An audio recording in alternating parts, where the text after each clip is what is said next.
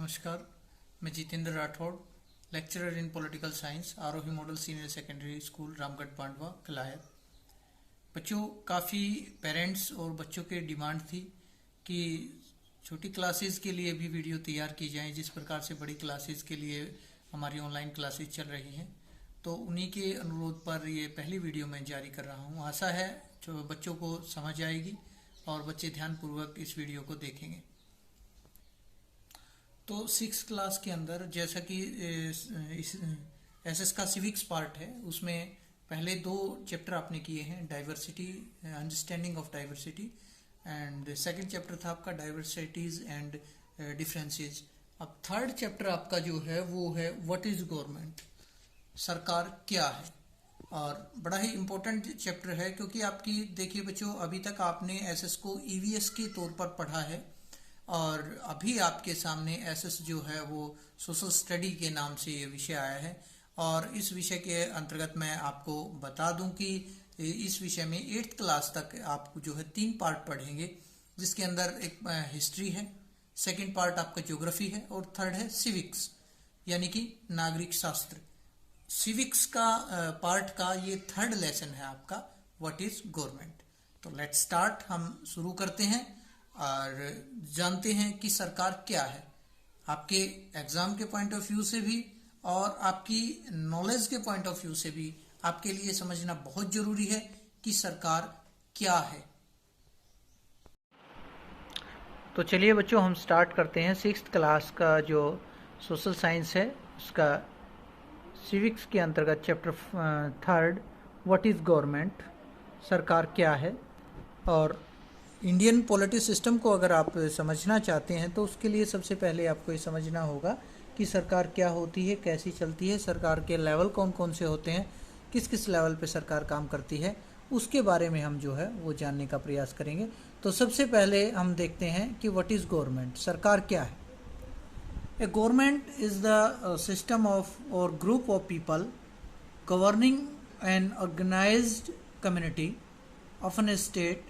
There are 3 organ of the government. सरकार आपसे examiner जो है 2 नंबर में पूछता है, what do you mean by government, सरकार से आप क्या समझते हैं। A government is the system of a group of people. सरकार जो है वो लोगों का एक समूह होता है जो कि ऑर्गेनाइज्ड कम्युनिटी के अंदर, एक व्यवस्थित समाज के या समुदाय के अंदर जो है वो उसके ऊपर शासन करता है। यानी कि एक system of group of people, एक लोगों का ऐसा समूह जो व्यवस्थित समुदाय के ऊपर शासन करता है, उसे गवर्नमेंट कहा जाता है। गवर्नमेंट जो है वो ये एक लीगल अथॉरिटी होती है। गवर्नमेंट्स आल्सो एक legal authority which take the decision for the betterment of the country और द स्टेट। एक लीगल अथॉरिटी होती है सरकार के पास निर्णय लेने की। सरकार के 3 अंग होते हैं, जिसके अंदर लेजिस्लेटर, एग्जीक्यूटिव और जुडिशरी 3 अंग हैं। लेजिस्लेचर या लेजिस्लेटिव असेंबली के अंतर्गत, लेजिस्लेचर के अंतर्गत क्या होता है, कानून निर्माण, विधायिका इसे हिंदी में कहते हैं। विधायिका जो क्या काम करती है, to prepare the law, to make the law, कानून बनाने का काम करती है विधायिका। उसके बाद एग्जीक्यूटिव जो होती है, कार्यपालिका। देखिए नाम से ही देखो बच्चों स्पष्ट है, कार्यपालिका मीन्स कार्य रूप देना, टू एग्जीक्यूट द लॉ, कानून को लागू करना। And judiciary, to work in the field of judiciary, न्याय के क्षेत्र में काम करना। यानी कि पहला जो अंग है उसका कार्य है कानून को बनाना, दूसरा अंग है उसका कार्य है कानून को लागू करना, और तीसरा अंग जो है वो काम क्या करता है, जो कानून को तोड़ते हैं उन्हें दंड देता है। तो सिंपल लैंग्वेज में सरकार क्या है, सरकार लोगों का ऐसा समूह है जो एक व्यवस्थित समुदाय के ऊपर शासन करता है। सरकार के 3 अंग होते हैं, विधानपालिका, कार्यपालिका और न्यायपालिका। तो इस चैप्टर के अंदर लर्निंग गोल्स हमारे क्या हैं, हमारा उद्देश्य क्या है इस चैप्टर को समझने का, उसके अंदर 3 भागों में हम इस चैप्टर को बांटते हैं, need of government, level of government and types of government. इन 3 चीज़ों का आप जो है वो विस्तार से समझेंगे इस चैप्टर के अंदर कि सरकार की ज़रूरत क्या है, लेवल ऑफ गवर्नमेंट, सरकार के स्तर कौन कौन से हैं, एंड टाइप ऑफ गवर्नमेंट, और सरकार किस किस प्रकार की सरकार होती है। तो सबसे पहले what is the need of the government, सरकार की जरूरत क्या है, हमें सरकार की आवश्यकता क्यों पड़ती है। तो government is need to make decision to get things done. सबसे पहला कार्य जो है, आप इसको अच्छे से समझ के चलें, क्योंकि ये आपका क्वेश्चन भी बनता है इसके ऊपर। आपका बड़ा एग्जामिनर 6 नंबर में भी क्वेश्चन पूछ लेता है और 3 नंबर में भी क्वेश्चन पूछता है कि what is the need of the government, सरकार की जरूरत क्यों, हमें क्यों जरूरत पड़ती है सरकार की। तो पहला तो उद्देश्य यही है, कारण यही है, government is needed to make decision and get things done. The government takes decision on various matters. ये कहता है कि सरकार की जरूरत हमें निर्णय निर्माण के लिए, निर्णय लेने के लिए सरकार की जरूरत पड़ती है। सरकार जो है अलग अलग विभिन्न मैटर्स के ऊपर काम करती है, जैसे बिल्ड रोड्स, रोड को बनाना, स्कूल्स, पाठशालाओं का निर्माण करना, रेलवेज लाइन बिछाना, how to improve the public health care, जो स्वास्थ्य सेवाएं हैं उनको कैसे बेहतर किया जाए, how to improve the supply of drinking water, drinking water की सप्लाई किस प्रकार से की जाए। All works are done by the government so that for the establishment of schools, railways, buildings, health care facilities, इन सब के लिए जो है वो गवर्नमेंट की आवश्यकता होती है। सेकेंड पॉइंट देखते हैं, the government need to take decision on various social issues. For example, government formulate programs on helping the poor people. Government takes decision when there is some conflict between two social groups. ये कहता है कि सरकार काम क्या करती है, निर्णय लेने का काम करती है। वेरियस सोशल इश्यूज, विभिन्न सामाजिक मुद्दे, सोशल इश्यूज जो होते हैं सामाजिक मुद्दे, उनके ऊपर निर्णय लेने का काम जो है वो सरकार करती है। और सरकार जो है लोगों की, गरीब लोगों की सहायता के लिए अनेक कार्यक्रम चलाती है, जैसे मनरेगा है, या आपके काम के बदले अनाज योजना है, या फिर आपके जो बीपीएल कार्ड धारक हैं उनको मुफ्त में जो अनाज उपलब्ध या कम दरों पर अनाज उपलब्ध कराना, ये सारे काम जो है वो सरकार के द्वारा किए जाते हैं। और कोई सोशल कन्फ्लिक्ट होते हैं, सामाजिक झगड़े होते हैं, उनको सुलझाने का काम भी सरकार के द्वारा किया जाता है। The government is need to take decision on various social issues. The government is also required to protect the boundary the country. It also need to maintain cordial relation with other countries. देशों की सीमाओं की सुरक्षा करना और अन्य देशों के साथ अच्छे संबंध बनाना। The government is also required to protect the boundaries of the country. It also need to maintain cordial relation with other countries.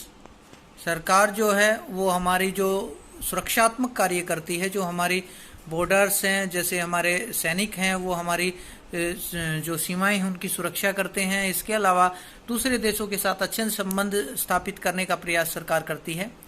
The government has to ensure that all its citizen get enough to eat. In case of a natural disaster the government carries out relief operation to help affected peoples. ये कहता है सरकार जो है वो ये ध्यान रखती है कि लोगों के पास खाने के लिए उचित भोजन है या नहीं।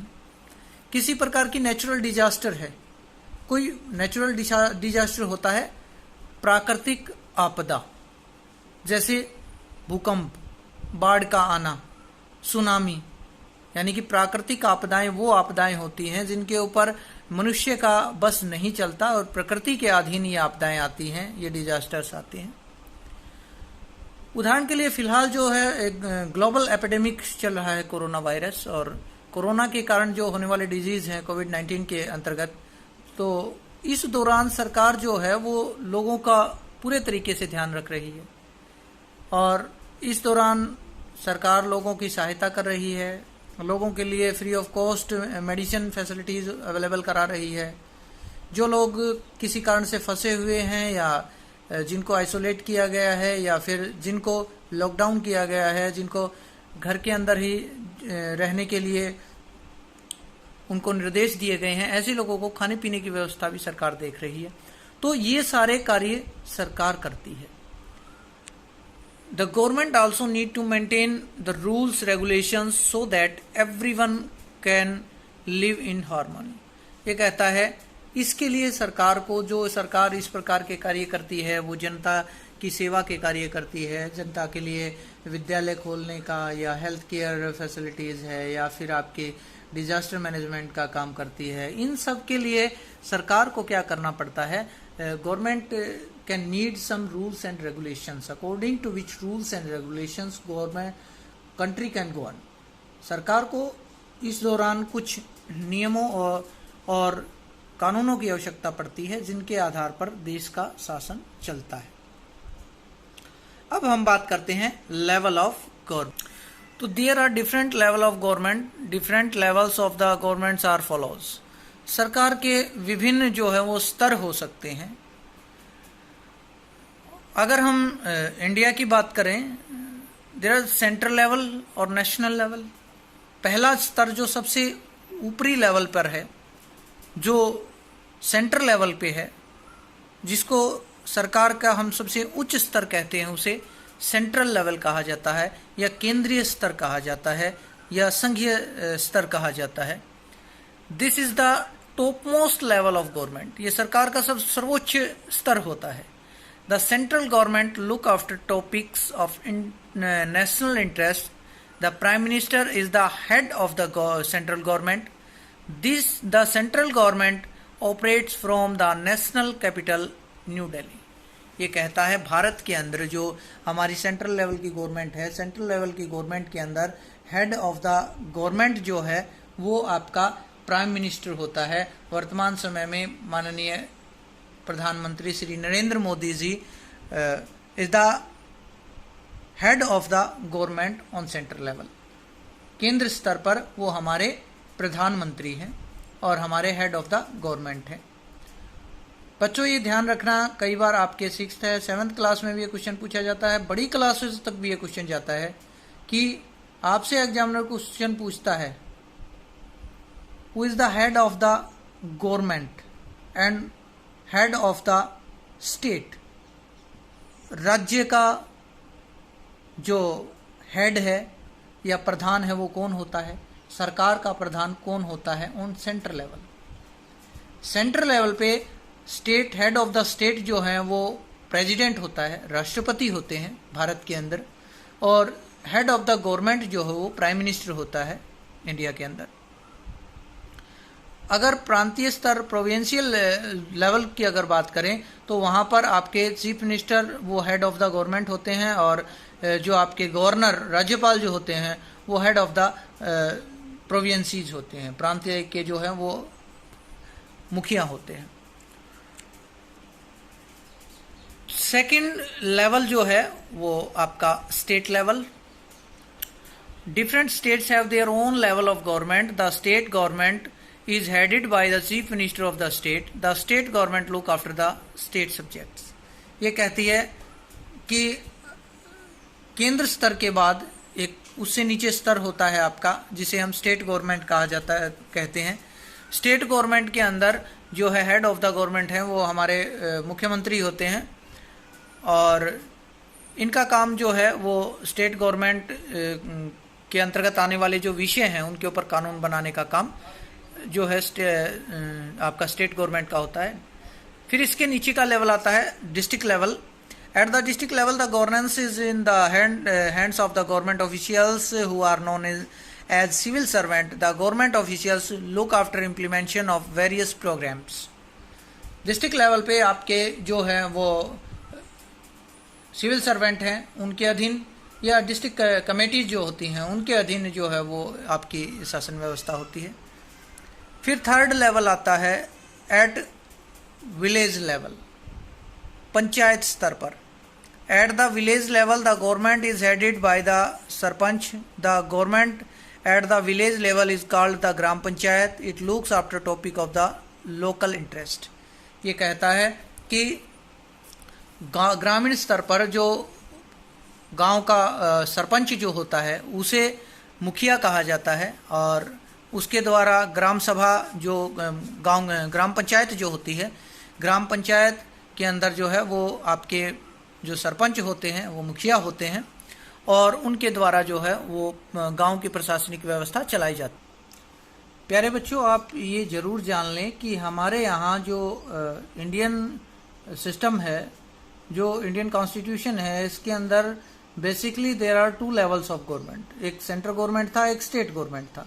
लेकिन इन 1992 और 1993 के अंदर 1992 के अंदर एक एक्ट लेके आए और 1993 के अंदर उसे इम्प्लीमेंट कर दिया गया, और उसके बाद एक तीसरा लेवल जो है वो सरकार के अधीन आया, जिसे हम लोकल गवर्नमेंट कहा जाता है। तो बेसिकली इंडिया के अंदर अगर हम लेवल्स ऑफ गवर्नमेंट की बात करते हैं तो 3 लेवल ऑफ गवर्नमेंट है। फर्स्ट है सेंट्रल गवर्नमेंट, सेकेंड उसके नीचे है स्टेट गवर्नमेंट, और उसके नीचे है लोकल गवर्नमेंट। लोकल गवर्नमेंट के अंदर फिर 2 स्तर आपके आते हैं, जिसके अंदर एक पंचायती राज व्यवस्था है और एक नगर पालिका है, नगरीय शासन को चलाने के लिए व्यवस्था है। ये आपके जो है वो आगे जब आप पढ़ेंगे तो वहाँ आएंगे आपके। अब आता है आपका law and the government. Government can only function by implementing and enforcing certain laws. For example, the government has made law regarding maintenance of the smooth traffic.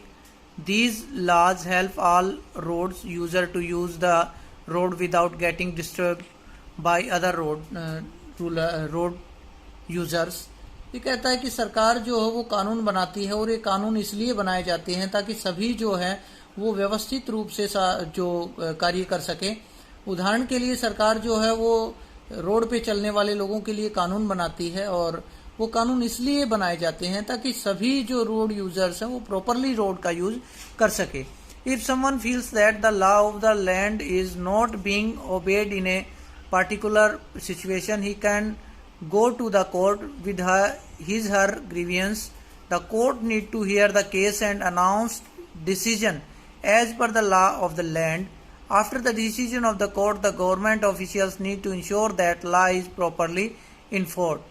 ये कहता है अगर कानून जो है किसी व्यक्ति किसी लैंड के रिगार्डिंग है, किसी जमीन के मालिकाना हक के अंतर्गत है, अगर उसकी जमीन का कोई आरोहण करता है या कोई उसके हस्तक्षेप करता है, उसके ऊपर अपना आधिपत्य स्थापित करता है, तो ऐसी स्थिति में वो व्यक्ति कोर्ट के अंदर जाता है और कोर्ट जो है वो डिसीजन देता है, और इस डिसीजन को पालन करवाने का कार्य जो है जुडिशरी के इस जो निर्णय को पालन कराने का काम हमारे एग्जीक्यूटिव जो होती है, कार्यपालिका जो होती है वो होती है। तो बच्चों आज के लिए इतना ही। सेकंड पार्ट हम अगले वीडियो में लेंगे, जिसके अंदर जो आपके टाइप्स ऑफ गवर्नमेंट है और जो शेष पार्ट इस चैप्टर का है वो हम डिस्कस करेंगे। Thank you.